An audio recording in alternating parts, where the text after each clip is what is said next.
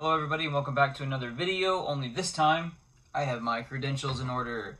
I got my bachelor's degree, let's go, I'm done with college. I got my bachelor's of arts in English. So I technically, legally, ought to know what I'm talking about when it comes to books. Actually, what's even cooler about this, because obviously it's not in a frame like it should be, they went ahead and sent me this ad instead to go to their bookstore and order a frame for my degree that I've spent a lot of money in the last 5 years trying to get. So that's because college is a scam. It is a business, not a public service. But that's for another video. Because you know what's even cooler than that? Eating Animals by Jonathan Safran Foer. So I ended up finding this in a Goodwill. If you follow me on Instagram, then you know that I normally do almost like weekly trips to Goodwill just to see what books they have, and I come out with a nice haul because the one near me is pretty good. But that spine caught my attention. Eating Animals, all green. I thought that this was going to be something advocating for vegetarianism. I had to do an assignment in high school that I really liked, and I hope that some teachers are still doing, where you kind of have to research and create an argument for something that you normally take the opposite stance on. And for me, that was wondering how the vegetarian diet can work. So when I saw that book in Goodwill, I was like, all right, cool, I'm interested in learning more about this. Pick it up, get it, and actually within it, in the first few pages, Foer even says, like, I bet you thought this was going to be a book advocating for vegetarianism, but guess what, it's not. And so I just got that part and I was like, damn it, he got me. But anyway, the more I got into it, the more I realized just how amazing this book really is. It was written and published in 2009. It is nonfiction, and it's written in the form of a memoir. And let me tell you something, teachers and students alike, narrative nonfiction is the way to go. When I finished the book, it completely changed my life. It changed my diet for about a month because of the dark and intense stuff that is real that happens in this book.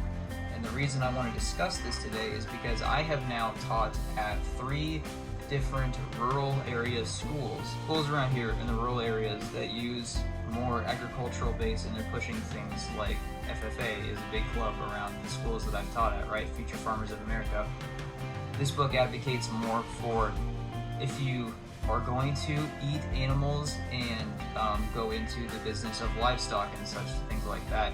It's to advocate more for family farms, meaning things that are privately owned by families instead of factory farms, because even family farms, like he mentions in here, make up less than 1% of all of the livestock that we consume. And what I ended up doing after reading this book, and I think you could actually do it in your classroom as like a research activity afterward, because I didn't want to just give up eating all animals and animal products. I wasn't ready for like full vegetarian vegan. I did research on where Jimmy John's gets their turkey from, because that's one thing that's like, if I have to give up meat, I can do away with pork just fine, which apparently pigs get the worst of it, because even as Foer talks about in this, one of the most gruesome things that happens to pigs is they actually cut the snouts and tails off of pigs so that they can't bite at each other and establish dominance in a factory farm setting. I've lost my train of thought once again. The research project, holy crap, I'm back to it. The thought is coming back to me, let's go, we're here. So, I ended up researching, where does Jimmy John's get their turkey from, because that's one of the cleaner proteins that I don't want to give up, and a lot of turkeys are pretty well abused in any factory setting, as are all animals. But I found through like a good deal of research that they come from a farm, like a family-owned farm that's still a little bit bigger in Iowa, which is actually relatively close to me, that ends up producing like 200,000 turkeys a year, and that's one of Jimmy John's biggest, like, a distributor for turkey. So you could do something like that, which I think is one of the focuses that I would try to get out of this, because this book is going to create a lot of divide in the classroom. A lot of students are going to have conflicting feelings about this, which you should also advocate for journaling for entries like this, because there's a lot of what's morally right and wrong. You know, are they just animals? Do they deserve the same rights as people? There's the question of animal intelligence that comes up and stuff like this. But all these things that you can talk about with students in this, and one of the biggest things that any human being should be doing is checking where their food comes from. If it's a thing that you're putting into your body to give you energy, sustainability, and to like put you in a better shape of health, which is like part of what we do as human beings, it'd be really cool to see students actually researching where their food comes from, because everyone seems to hate school lunches. Understanding how terrible the industry for food and factory farming is also huge. Well, a popular dairy farm for families and even field trips just off of I-65 is now facing some huge criticism after a video was released of alleged abuse of their animals. And we want to warn you tonight that these images are disturbing. Here they are.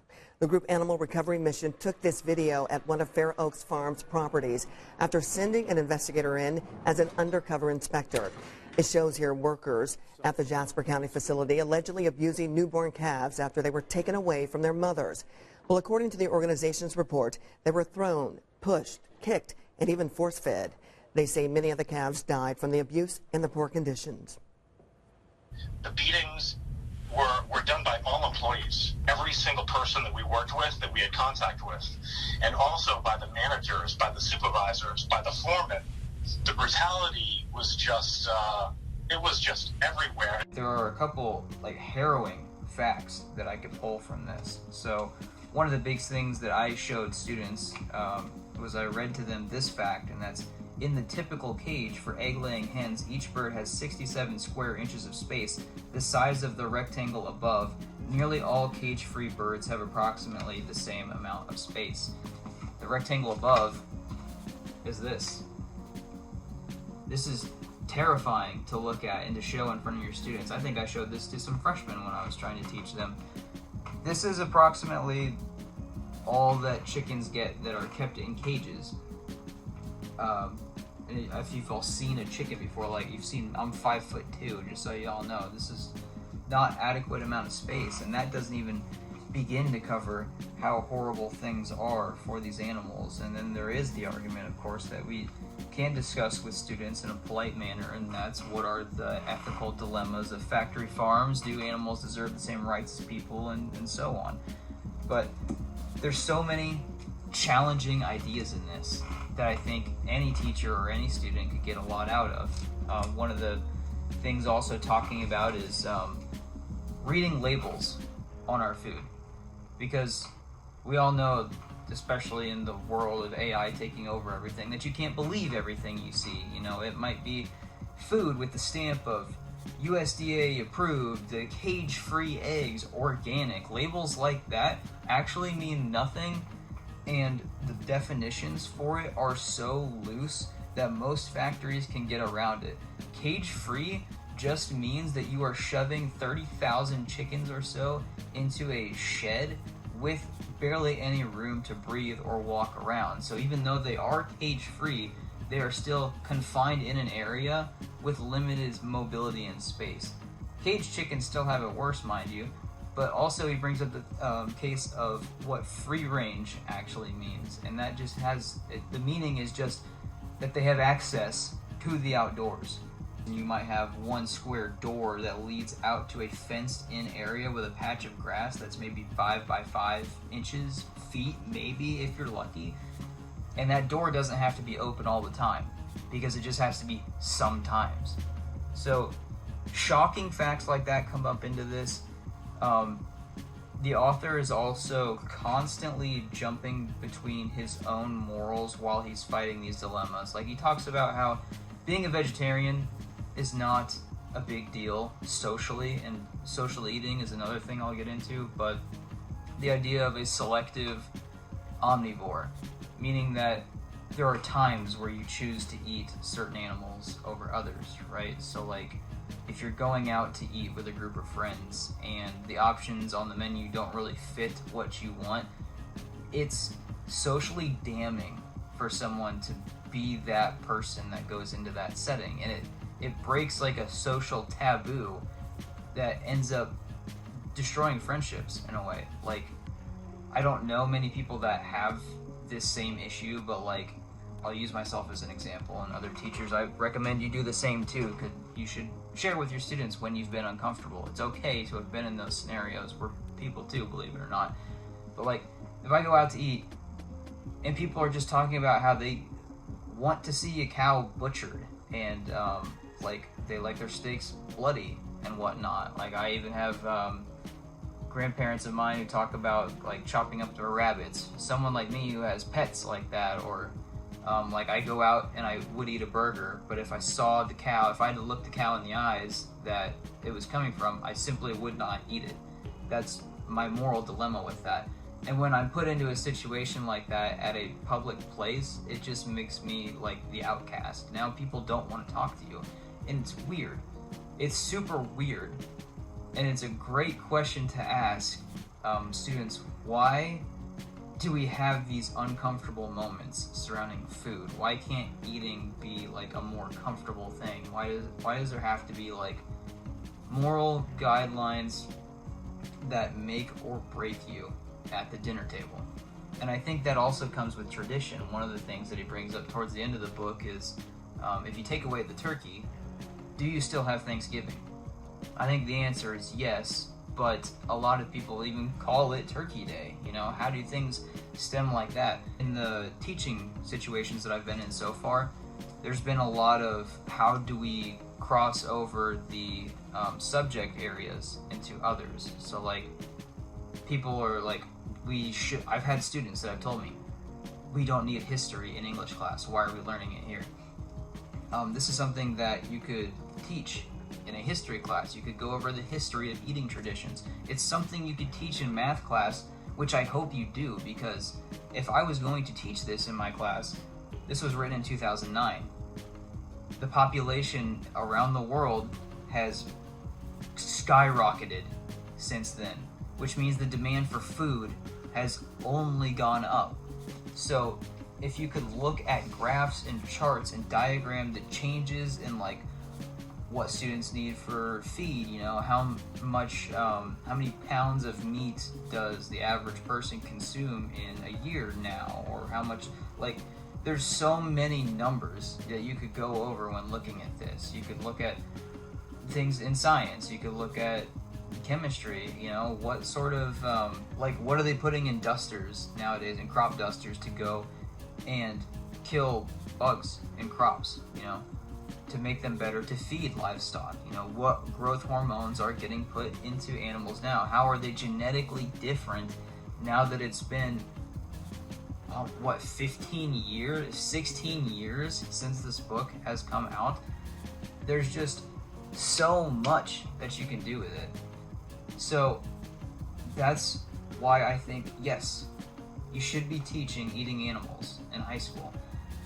I don't think that this is going to resonate poorly with any particular group. I would say try to get it in early. I recommended this to my freshmen, but they might not be ready for something this like dark and brutal. I say dark, like it's all real. You should look at it. Foer does a great job of seeing both sides. He doesn't just say, this is my idea, this is what I run with, and this is why I'm writing it. He does the research. He has gone and done interviews with family farmers trying to get into factory farms. He has broken into and saved other livestock from factory farms. I would say try to push it to freshmen and sophomores especially. Juniors could take a really good look at it, because it's about the time where you would want like a thicker research essay, I would say, according to like the Common Core state standards, at least for Illinois, that's what it looks like. So getting that in there, but I don't think that you can go wrong with this. You should be prepared, just like I said with I'm Glad My Mom Died, be prepared for backlash. This is something where you see the cover and it immediately incites violence in some way, because people have very strong feelings about their food, which makes sense. Like, there's historical and religious significance and traditions that go with it. So be ready for students to argue, but make sure to confine it in a constructed way and have them journal, have them debate over these things. Like, there's so many moral and ethical, philosophical things to talk about when it comes to eating animals that I can't even get into right now. And if you have taught this by any means, because I've only ever seen like 2 or 3 things on Teachers Pay Teachers for it, please let me know. If you have any advice yourself for me on how I can teach this, I would gladly hear it. And, of course, if you're one of my students watching this, let me know. Is this something that you would read or you would like to learn about in your high school, whether it's English or another class, because we can cover this in all sorts of different things. Getting kids to read, super, super important, especially now when technology does all the reading for them. But I think that's all I got for this one. We might make a series out of this, I don't know. For now, watch movies, read books. I'll see you all in the next one.